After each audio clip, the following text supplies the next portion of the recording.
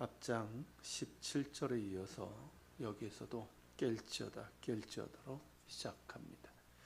이번에도 깨어나야 하는 것은 하나님이 아니라 시온 즉 이스라엘입니다.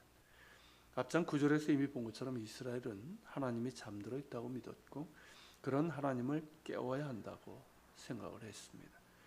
포로로 끌려가 있는 아무런 날에 온전한 믿음을 유지하는 것은 쉽지 않은 일이었을 것이고 그런 까닭에 하나님을 신뢰하는 가운데 인내하며 묵묵히 행하기보다는 하나님에 대한 의문을 제기했을 겁니다. 정말 하나님은 잠들어 계신 것은 아닌가 말입니다.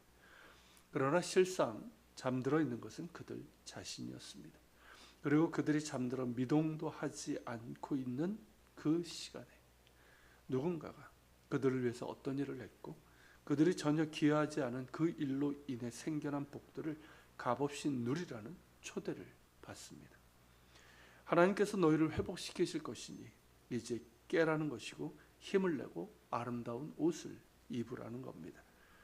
우리 성경에는 내 힘을 낼지어다 라고 번역했지만 히브리어 원문에는 내 힘을 입으라입니다. 즉 옷을 입듯 내 힘을 입으라는 것인데 이는 단순히 옷을 입는 것을 말하는 것이 아니라 자신의 진면목을 드러내라는 것입니다. 그 진면목이 뭘까요? 거룩한 백성, 제사장, 나라로서의 모습입니다. 하나님께서 이스라엘과 언약을 맺으시면서 너희가 내게 대하여 제사장 나라가 되며 거룩한 백성이 되리라고 하셨습니다. 하지만 그들은 반역적인 불순종과 우상숭배로 스스로 하나님과의 언약을 깨뜨렸고 거룩한 백성, 제사장 나라의 옷을 벗어버리고 더럽고 추한 옷을 입었고 결국 노예의 옷을 입고 말았습니다. 그러나 너희 하나님께서 너희를 구속하실 것이니 이제 너의 힘을 입고 너의 아름다운 옷을 입으라는 것입니다. 하나님의 백성의 힘과 아름다움은 거룩함에 있고 하나님을 세상에 드러내는 제사장 나라로서 살아가는 데 있습니다. 이제 그 옷을 입으라는 것입니다. 더불어 이제부터 할례받지 아니한 자 부정한 자가 다시는 내게로 들어옴이 없을 것임이라 라고 하셨는데 할례는 언약의 증표입니다. 그리고 할례받지 아니한 자와 부정한 자는 같은 의미입니다. 이 말은 할례받지 아니한 부정한 자들을 배척하는 의미가 아니라 그런 의미라기보다는 하나님의 언약 백성으로서의 회복을 뜻합니다. 할례의 증표만을 내세우는 것이 아니라 언약의 백성다운 삶을 요청하고 있는 겁니다. 이제 이스라엘은 다시 그들의 힘, 즉 거룩의 옷을 입고 하나님의 신부다운 아름다운 옷을 입어야 합니다. 언약 백성임을 기억할 뿐만 아니라 언약 백성으로서의 삶을 회복해야 합니다. 하나님께서 그들을 버리지 아니하시고 포기하지 않으셨기 때문이며 그들을 다시 아내로 받아주셨기 때문입니다. 이제 그들을 뒤덮은 더러운 티끌을 털어버리고 깨어 일어나 앉아야 합니다. 사로잡힌 딸 시온은 그 목의 줄을 스스로 풀어야 합니다. 이는 단지 포로 생활을 말하는 것이 아니라 그들의 영적이고도 도덕적인 종살이에 대해서 이야기하는 것입니다. 하나님의 언약 백성으로 합당하지 못했던 그 모든 것들을 털어버리고 그들을 얽매면 죄의 사슬들을 다 벗어내라는 것입니다. 이제 하나님께서 그들을 포로 생활로부터 시온으로 돌아오게 하실 것이지만 하나님께서 진정 그들에게 원하시는 것은 그들이 하나님께로 돌아오는 것이었습니다. 아무리 그들이 포로 생활에서 자유함을 얻어 그들의 땅으로 돌아온다 한들 그들의 마음과 삶이 하나님께로 돌아오지 않는다면 아무 소용이 없습니다. 그들은 여전히 노예이고 비참한 상태에 있는 것이나 다를 바가 없기 때문입니다. 그러기에 돌아오라는 것입니다.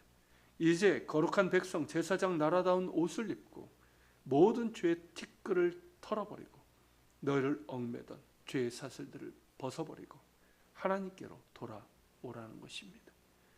마땅히 그래야 합니다. 하나님께서 그들을 회복시키실 것이기 때문입니다. 하나님께서 여전히 그들을 사랑하시기 그들을 위해 새 일을 행하실 것이기 때문입니다. 이는 우리에게도 그러합니다. 히브리서 12장 1절 2절에서 이렇게 말씀하고 있습니다. 이러므로 우리에게 구름같이 둘러싼 허다한 증인들이 있으니 모든 무거운 것과 얽매이기 쉬운 죄를 벗어버리고 인내로써 우리 앞에 당한 경주를 하며 믿음의 주여 또 온전하게 하시는 이인 예수를 바라보자. 그는 그 앞에 있는 기쁨을 위하여 십자가를 참으사 부끄러움을 개의치 아니하시더니 하나님 보좌 우편에 앉으셨느니라. 아멘. 오늘 이사야 본문과 같은 요청입니다. 하나님께서 예수 그리스도를 통해 우리를 택하셨고 자유하게 하셨습니다. 우리를 거룩한 백성, 제사장 나라로 삼으셨습니다. 우리가 장차 하나님의 영광에 이르기까지 이 부르심을 향해 나아가야 합니다. 이 경주를 성공적으로 해야 합니다. 그러기에 영적인 잠과 도덕적인 무감각에서 깨어나야 합니다. 그러기에 모든 무거운 것과 우리를 얽매이기 쉬운 죄를 벗어버려야 하고 인내로서 우리 앞에 당한 경주를 해야 합니다.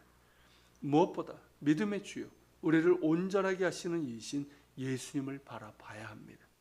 예수님을 바라볼 때 무엇이 보입니까? 십자가입니다. 예수님께서 당신의 앞에 있는 기쁨을 위하여 십자가의 모진 고통과 수치를 능히 감당하셨고 부활 승천하셔서 하나님 보좌 우편에 앉으셨습니다.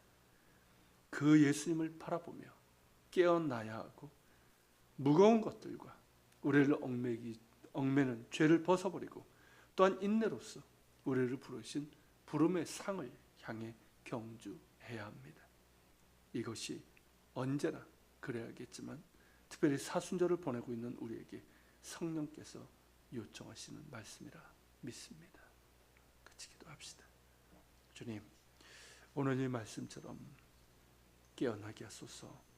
특별히 하나님, 한국교회가 그리스도인들이 영적인 잠과 도덕적인 무감각에서 깨어나게 하시고 탐욕과 거짓과 모든 우상 숭배의 무거운 것과 우리를 얽매이기 쉬운 죄를 벗어버리게 하시고 또한 인내로서 우리 앞에 놓인 경주를 하며 믿음의 주여 우리를 온전하게 하신 예수님을 바라보며 그렇게 십자가 바라보며 나아갈 수 있게 하여 주소서.